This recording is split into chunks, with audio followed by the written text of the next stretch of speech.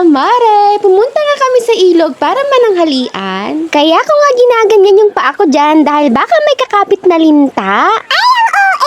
O diba, nagmayat pa nagpapaanod mi. Kunam lalo nakatibti medyo salbabida mi. Iso kumamad garod no bagi mi. At itong aming gulilit naman ay gusto ring sumakay. Akala mo naman talaga ay marunong lumangoy. O ayan na, iiyak-iyak pa.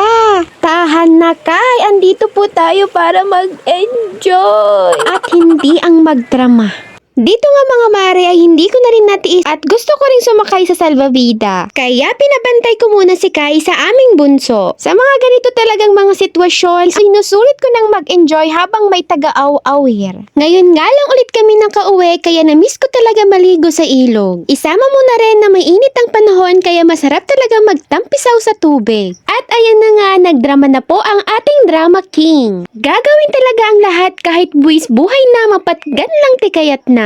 Kaya isakay na natin at baka masingat din ang lawang ang iwat na. Nakita niya kasing sumakay ako kaya gusto niya ring ma-experience ang humiga sa salbabida. Nainggit na siya. Sabi siguro ay ako rin po, sakay ako. Kaya pagbigyan na natin dahil wala tayong laban sa pangmalakasan niyang iyak. After nga niyang magdrama dito ay ginawa tayong kama. Nag-iisip na siya dyan kung paanong kaya rin siya makakahiga. Kaya kung mapapansin nyo ay tahimik lang siya. Kaya maya't maya lang ay humiga na rin siya.